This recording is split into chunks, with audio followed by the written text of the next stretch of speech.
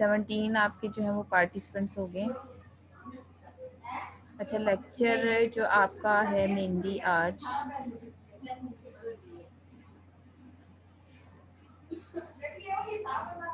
वो है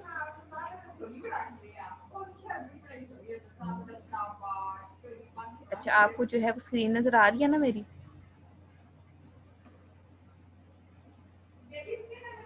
स्क्रीन नजर आ रही है? Yes ma'am. अच्छा, लास्ट टाइम यस ना आपने आइडियल सॉल्यूशंस पढ़े थे और उनका थोड़ा सा जो है वो आपने कंपैरिजन पढ़ा था रियल सॉल्यूशंस के साथ, और हमने कहा था कि यस हमारे मैम। पास हर सॉल्यूशन के लिए पॉसिबल नहीं है कि वो आइडियल सॉल्यूशन। मोस्टली आपके जो सॉल्यूशंस होते हैं वो रियल सॉल्यूशंस होते हैं, यानी वो आइडियल बिहेवियर को फॉलो नहीं करते, या फिर आप कह सकते हैं कि वो राल्ड्स लॉ से डेविएट करते हैं। क्या वो राल्ड्स लॉ से कैसे डेविएट करते हैं और किस किस्म की डेविएशन शो करते हैं वो आज हम देखेंगे। अच्छा, अब जो राल्ड्स लॉ से आपके पास डेविएशन होगी ना किसी भी सैंपल की या किसी भी सॉल्यूशन की जो कि आप फॉलो कर रहे हैं, अब वो जो है वो आपके पास क्या होगी, एक तो आपने यहाँ से देख लेना है कि ये जो आपने आइडियल और नॉन आइडियल सॉल्यूशंस का डिफरेंस पढ़ा था ना, इसमें से आपने सिर्फ नॉन आइडियल सॉल्यूशंस का बिहेवियर देखना है। ठीक है, नॉन आइडियल सॉल्यूशंस में आपने ये कहा था कि जो वॉल्यूम चेंज है वो इक्वल टू ज़ीरो नहीं होता। ठीक है, ज़ीरो नहीं होता तो या तो उससे स्मॉलर होगा या फिर उससे ग्रेटर होगा। इसी तरह अगर आपके पास मिक्सिंग है तो या तो वो एक्सोथर्मिक होगी या फिर वो एंडोथर्मिक होगी। चेंज इन इंटरमॉलिक्यूलर फोर्सेस जो है वो भी मौजूद होगा।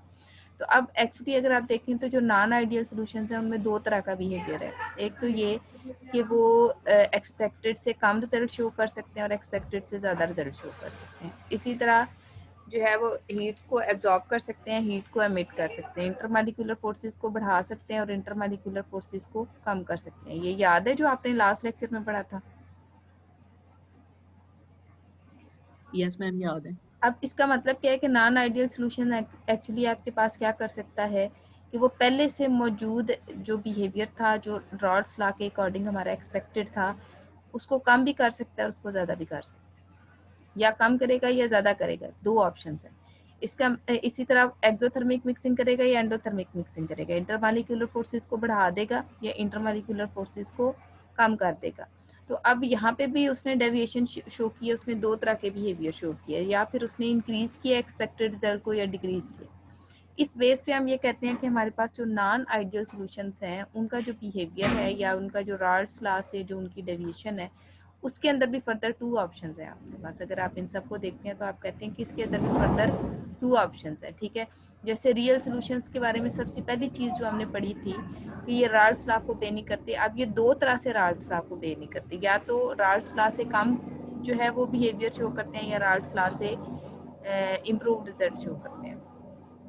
अब इस बेस पे हम ये कहते हैं कि हमारे पास जो रियल या नॉन आइडियल सॉल्यूशंस होते हैं जो कि राल्ड्स लॉ को बे नहीं कर रहे होते, उनकी जो डेविएशन होती है राल्ड्स लॉ से वो दो तरह की हो सकती है। या तो वो पॉजिटिव डेविएशन होगी फ्रॉम राल्ड्स लॉ जिसमें एक्सपेक्टेड से आपके पास कम रिजल्ट आएगा, और एक नेगेटिव डेविएशन होगी जिसमें एक्सपेक्टेड से डिफरेंट रिजल्ट आएगा। आप असल में आप इन दोनों को कंपेयर करेंगे तो आपको पता लग जाएगा कहाँ पे कम रिजल्ट आएगा एक्सपेक्टेड पे, कहाँ पे कम से जो है वो ज़्यादा आएगा। यहाँ पे खाली जो मैंने टर्म लिख दिया उससे आपको समझ नहीं आ सकती जब तक आप एक्चुअल एग्जांपल्स और एक्चुअल जो है वो कोई रियल सोल्यूशन जो है वो स्टडी नहीं कर लेते।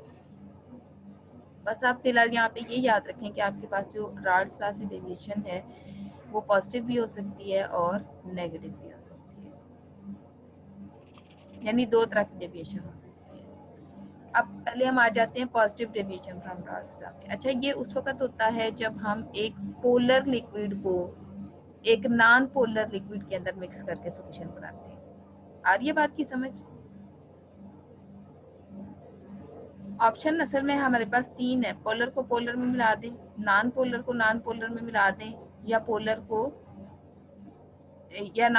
या फिर जो है वो पोलर को नॉन पोलर में मिला दें। यानी तीन ऑप्शन क्या हो गए, polar into non polar, polar into polar, non polar into non polar. ये जो हमारे पास फर्स्ट वाला केस है जिसमें हम पोलर को नॉन पोलर लिक्विड में मिला रहे हैं, ये दोनों क्या है, पॉजिटिव डेविएशन शो करते हैं फ्रॉम राल्ड्स लॉ। बात की समझ आई? Yes ma'am.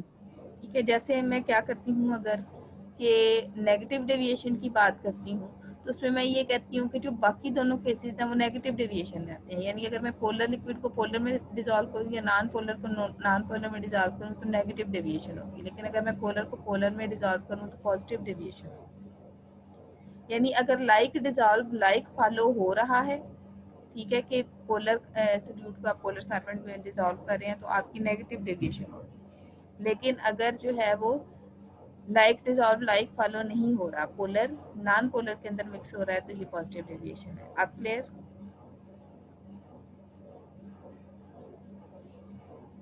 Yes ma'am. अब इन केसेस में होता क्या है हम ये ऑब्जर्व कर लेते हैं। पॉजिटिव डेविएशन को हम देख लेते हैं from rods law versus negative deviation from rods law, ठीक है। अब इसमें हम इन दोनों का कंपैरिजन देख लेते हैं। पॉजिटिव डेविएशन अगर आप देखें तो उसमें क्या है कि एक पोलर लिक्विड जो है वो आपके पास डिजॉल्व हो रहा है नॉन पोलर लिक्विड के अंदर, और यहाँ पे या तो पोलर लिक्विड पोलर में डिजॉल्व हो रहा है या नॉन पोलर नॉन पोलर ये पॉइंट हम पहले डिस्कस कर चुके हैं। जैसा कि अगर मैं वाटर को ऑयल में जो है वो मिक्स करती हूँ तो वाटर आपको पता है कि पोलर है और ऑयल जो है वो नॉन पोलर है, इस केस में पॉजिटिव डेविएशन होगी फ्रॉम रॉड्स लॉ। और अगर मैं वाटर को HCl में डिजॉल्व करती हूँ तो आपको पता है ये दोनों पोलर हैं, तो ये एक नेगेटिव डेविएशन की एग्जांपल है। उसके बाद जो है, हाँ जी कुछ पूछना है?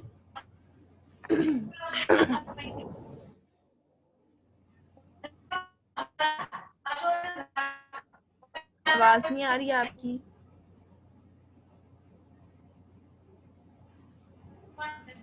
उसके बाद अगर आप देखें पॉजिटिव डेविएशन को, ठीक है, तो उसमें हमने जो है वो पीछे पढ़ा था कि जब रियल सॉल्यूशंस होते हैं तो हमारे पास जो सोल्यूट और सॉल्वेंट का वॉल्यूम होता है टोटल, वो कभी भी एग्जैक्ट वॉल्यूम ऑफ सॉल्यूशन के इक्वल नहीं होता। याद है? याद है क्लास? Yes ma'am.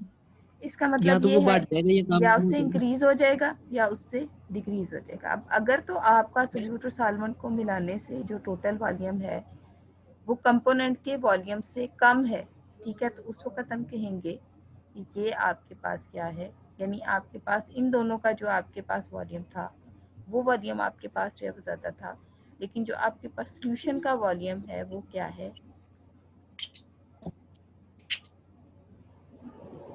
कम है।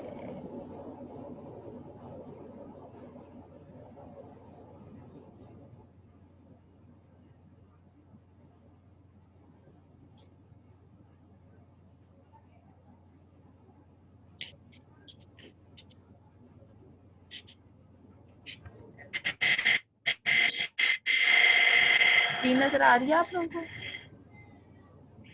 No ma'am. को? एक मिनट।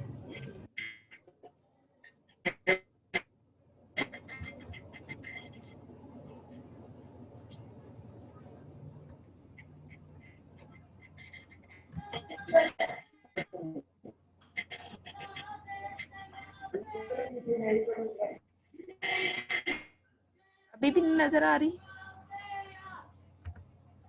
No ma'am. एक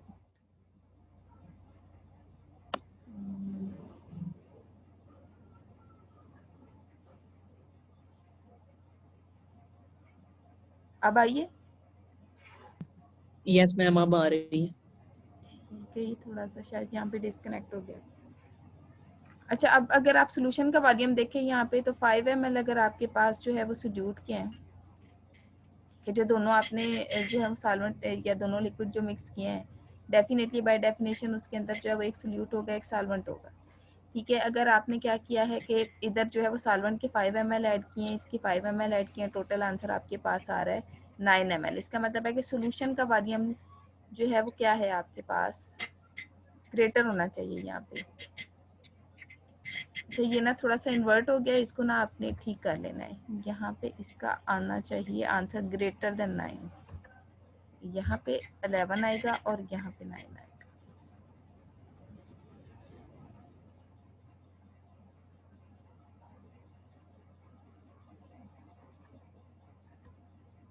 9 आएगा और ये चीज़ जो है ये क्या हो जाएगी आपके पास, मैम फिर साइन भी चेंज होंगे।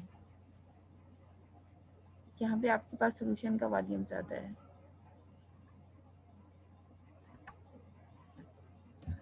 और यहाँ पे सोल्यूशन का वॉल्यूम आपके पास कम होगा।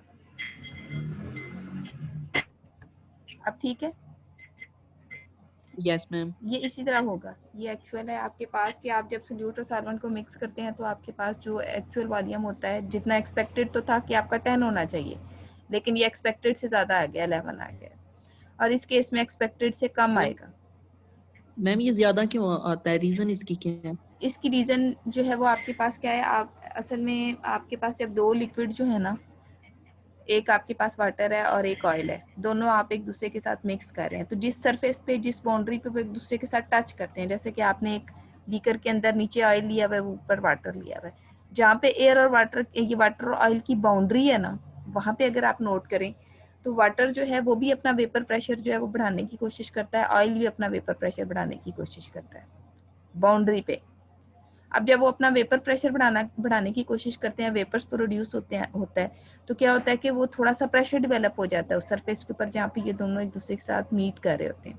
अब उस प्रेशर की वजह से क्या होता है कि एक लेयर थोड़ी सी ऊपर उठ जाती है, ऊपर वाली लेयर भी थोड़ी सी अपनी एक्सपेक्टेड लेवल से ऊपर उठ जाती है, नीचे वाली लेयर भी ऊपर उठ जाती है। उस वजह से ओवरऑल जो आपको वो कंटेनर होगा ना जिसमें आपने वाटर और ऑयल को मिक्स किया होगा, वो थोड़ी सी आपको उसकी लेयर ऊपर की तरफ जाती है नजर आएगी। अगर आप खुद भी ऑब्जर्व कर सकते हैं घर में, अगर आप ऑयल को मिक्स करें थोड़ी देर के बाद आपको उसका लेवल थोड़ा सा ऊपर नजर आएगा। ठीक है, ये बहुत ज्यादा गैप नहीं होता, पॉइंट्स में भी हो सकता है, मैक्सिमम 1 मिलीलीटर का होता है, लेकिन एग्जैक्टली इक्वल नहीं होता आपके पास इन दोनों के वॉल्यूम। क्लियर? Yes ma'am. और यहाँ पे आपके पास क्या होता है कि थोड़ा सा आपके पास जो है ना वो कम हो जाता है। उसकी वजह ये होती है कि जैसे देखिए आपने वाटर और हाइड्रोक्लोरिक एसिड को मिक्स किया, मिक्सिंग के बाद ये होता है कि आपके जो सरफेस जहाँ पे ये दोनों टच करते हैं, तो ये जो आपके पास हाइड्रोक्लोरिक एसिड है ये बड़ा स्ट्रॉन्ग किस्म के वेपर्स बनाता है। आप कभी हाइड्रोक्लोरिक एसिड की बॉटल लैब में खोलें तो आपको उसके अंदर से फ्यूम्स निकलते हुए नजर आएंगे। तो आप जब इन दोनों को मिक्स करते हैं, वाटर को और हाइड्रोक्लोरिक एसिड को, तो ये जहाँ पे एक दूसरे के साथ मिक्स करते हैं, पहली बात तो ये कि ये एक दूसरे के साथ इंटरेक्शन शो करते हैं, क्योंकि दोनों पोलर हैं, दोनों एक दूसरे के साथ को डिजोल्व करने की कोशिश करते हैं। वाटर मॉलिक्यूल जो है वो इसके साथ हाइड्रोजन बॉन्डिंग बनाने की कोशिश करता है। उस केस में क्या होता है कि थोड़े से आपके मॉलिक्यूल्स जो होते हैं वो एक दूसरे के क्लोज आ जाते हैं इंटरेक्शन के चक्कर में। दूसरा ये होता है कि ये जो हाइड्रोक्लोरिक एसिड है इसके कुछ वेपर जो है वो एनवायरनमेंट के अंदर चले जाते हैं। हो सकता है इसका 0.5 ml जो है वो आपके एनवायरनमेंट के अंदर चला गया, 0.5 ml जो है वो वाटर के साथ जो है वो इंटरेक्शंस क्रिएट करने में चला गया। अब जो 1 ml है वो आपके टोटल वॉल्यूम में से लॉस हो जाएगा। क्लियर? यहाँ पे तो आपके पास जी मैम। दोनों किस्म के कंपोनेंट्स में किसी किस्म का इंटरेक्शन था ही नहीं, बस ये था कि वो दोनों एक दूसरे को रिपेल कर रहे थे। उस रिपल्शन के चक्कर में क्या हुआ कि एक ने अपना वेपर प्रेशर, पर्सनल अपना वेपर प्रेशर बढ़ाया, दूसरे ने पर्सनल अपना, और उस चक्कर में वॉल्यूम थोड़ा सा ऊपर चला गया। और इस केस में क्या हुआ है कि सरफेस के ऊपर थोड़े से मॉलिक्यूलर इंटरेक्शन हुए हैं और कुछ वेपर्स जो है ना वो आपके पास हाइड्रोक्लोरिक एसिड के वो जो है वो रिमूव हो गए, और इस चक्कर में आपके पास जो वॉल्यूम है वो थोड़ा सा कम हो गया एक्सपेक्टेड से। क्लियर? जी मैम। अब हम नेक्स्ट डिफरेंस की तरफ आते हैं, जिसमें हम कहते हैं कि सपोज मैंने एक लिक्विड ए और एक लिक्विड बी मिक्स करके सोल्यूशन बनाया है। अब क्या होगा कि अगर मैंने ए और बी को मिक्स किया है, तो एग्जांपल आप यही वाले ले लें वाटर और ऑयल मॉलिक्यूल्स की, तो वाटर मॉलिक्यूल्स जो है वो इसमें इस ऑयल में मिक्सिंग से पहले जिस तरह आपने जैसे बाकी वाटर मॉलिक्यूल्स को जो है वो अट्रैक्ट कर रहे थे, मिक्सिंग के बाद भी वैसे ही अट्रैक्ट करेंगे। अगर आप वाटर और ऑयल को मिक्स करें तो आपको ऑयल की लेयर वाटर के ऊपर अलग नजर आएगी। ऐसे ही है ना?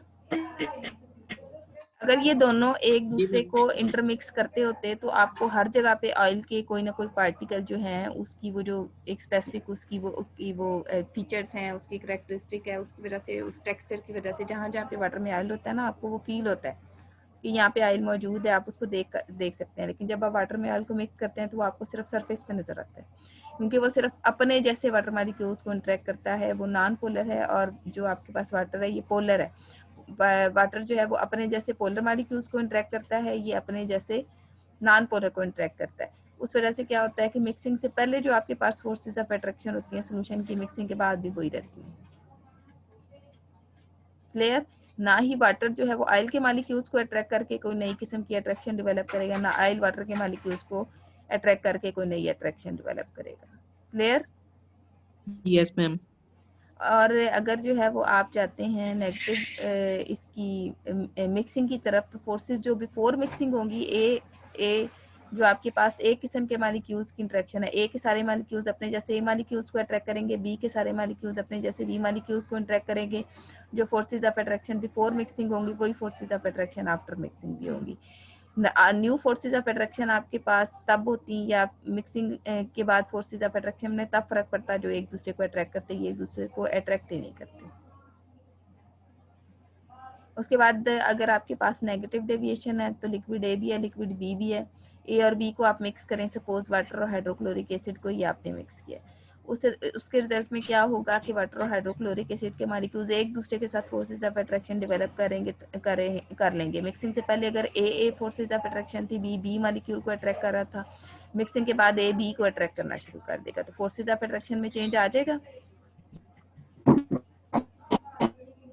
यस मैम, आ जाएगा। ठीक है, तो यहाँ पे मिक्सिंग से पहले फोर्सेज ऑफ अट्रैक्शन मिक्सिंग से पहले और बाद में सेम है, लेकिन यहाँ पे चेंज हो जाती है क्योंकि पोलर पोलर को अट्रैक्ट करता है और नॉन पोलर को अट्रैक्ट करता है। उसके बाद अगर आप ये कहें कि जो आपके पास इंथैल्पी चेंज है, ठीक है, तो आपने कहा था कि आपके पास जो है वो पॉजिटिव डेविएशन जो आइडियल सोल्यूशन है उसके केस में जो इंथैल्पी चेंज होता है वो आपके पास जीरो होता है।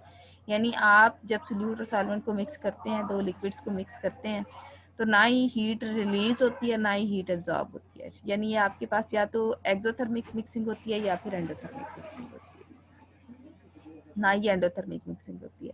हीट की जो है ना वो एब्जॉर्बेंस और रेवोल्यूशन नहीं होती इस केस में। ठीक है, और हम या फिर हम ये कह सकते हैं कि हमारे पास जो डेल्टा एच है वो स्मॉलर देन जीरो होता है और ग्रेटर देन जीरो होता है फॉर एक्सो एंड जो है वो एंडोथर्मिक मिक्सिंग के लिए। तो यहाँ पे क्या होगा कि जब आप पोलर और नॉन पोलर को मिक्स करना चाहते हैं तो आपको पता है कि ऑयल और वाटर ने वैसे तो कभी भी नहीं मिक्स होना। ये हो सकता है कि आप उन दोनों का सोल्यूशन बना के उसको हीट करें, हीट एब्जॉर्ब करने के बाद उनके अंदर थोड़ी सी मिक्सिंग हो जाए। तो क्योंकि ये हीट एब्जॉर्ब करके मिक्स हो रहे हैं इसलिए इनका जो इंथैल्पी चेंज है वो ग्रेटर देन जीरो है। और अगर enthalpy change greater than zero हो तो जीरो से जो बड़ी वैल्यूज होती हैं वो प्लस में होती हैं, जो छोटी वैल्यूज होती हैं वो माइनस में है। तो अगर इंथैल्पी चेंज पॉजिटिव है या ग्रेटर देन जीरो है तो इस केस में आपके पास जो मिक्सिंग है वो एंडोथर्मिक होगी। पॉजिटिव डेविएशन के केस में आपके पास दो लिक्विड्स की जो मिक्सिंग है वो एंडोथर्मिक होगी। लेकिन नेगेटिव डेविएशन के केस में होगा जब आप दो लिक्विड्स को मिक्स करेंगे तो हीट रिलीज होगी। जैसे आप हाइड्रोक्लोरिक एसिड और वाटर को एब्जॉर्ब करें, उसके बाद आप उस कंटेनर को हाथ लगाएं जिसमें आपने मिक्स किया है, तो आपको वो हीट अप हुआ फील होगा। क्लियर? Yes ma'am, clear. उसके बाद नेक्स्ट पॉइंट है आपके पास कि ये कुछ एग्जांपल्स मैंने दिए कि अगर एसीटोन को कार्बन डाइसल्फाइड में, एसीटोन को ईथर में या एथेनॉल को बेंजीन के अंदर मिक्स करें तो इस केस में ये सारी प्रॉपर्टी सॉल्यूशंस के अंदर आ जाती हैं। इसका मतलब है कि ये solutions positive deviation from Raoult's law show करते हैं। और अगर मैं क्लोरोफार्म को एसीटोन में, मेथनॉल को वाटर में या वाटर को जो है वो मिक्स करती हूँ जो है वो हाइड्रोक्लोरिक एसिड में, तो ऐसे सॉल्यूशन के अंदर ये सारी प्रॉपर्टीज आ जाती हैं और ये negative deviations from Raoult's law show करते हैं। उसके बाद जो है वो हम आ जाते हैं नेक्स्ट इसकी ग्राफिकल रिप्रेजेंटेशन पे। अच्छा, ये मैंने आपको ग्राफ्स दिखाए थे जब मैंने आपको राड्स ला जो है वो पढ़ाया था। मैंने आपको कहा था कि अगर कोई भी आइडियल सॉल्यूशन है तो उसके लिए ऐसा ग्राफ बनना चाहिए स्ट्रेट लाइन इक्वेशन की फॉर्म में, याद है? यस जी मैम। ठीक है, लेकिन यहाँ पे आपके पास क्योंकि वो राड्स ला ओबे ही नहीं हो रहा तो यहाँ पे ऐसे ही ग्राफ होना चाहिए।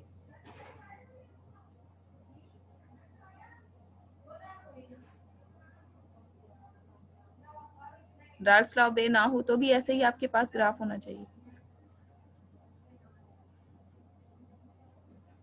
नहीं मैम, ये तो रॉड्स लॉ बे होता था तो तब हम ऐसा ग्राफ ड्रा करते हैं। यस, ये आइडियल सॉल्यूशंस का ग्राफ है। अगर आपके पास पॉजिटिव डेविएशन फ्रॉम राड्स ला होती है तो आपकी ओरिजिनल सॉल्यूशन की कर्व से थोड़ी सी ऊपर होगी। जो सॉल्वेंट की कर्व है वो सॉल्वेंट की कर्व से थोड़ी ऊपर होगी और जो आपके पास सोल्यूट की कर्व है वो सोल्यूट की कर्व से थोड़ी ऊपर होगी। यानी आपकी सारी जो लाइंस हैं सॉल्यूशन की, सॉल्वेंट की और सोल्यूट की, वो राड्स लॉ के मुताबिक आपकी जो एक्सपेक्टेड लाइन है उससे ऊपर होंगी। बात की समझ आई? Yes ma'am. और अगर मैं नेगेटिव डेविएशन की बात करूं तो ऐसे ग्राफ होना चाहिए। यहाँ पे वॉल्यूम भी नो इंक्रीज हो मैम। रहा था आपके पास, यहाँ पे वॉल्यूम इंक्रीज हो रहा था, यहाँ पे वॉल्यूम भी डिक्रीज हो रहा था, यहाँ पे आपके पास इंथैल्पी चेंज नहीं था, यहाँ पे इंथैल्पी चेंज है। तो क्या यहाँ पे भी ऐसे ग्राफ होना चाहिए?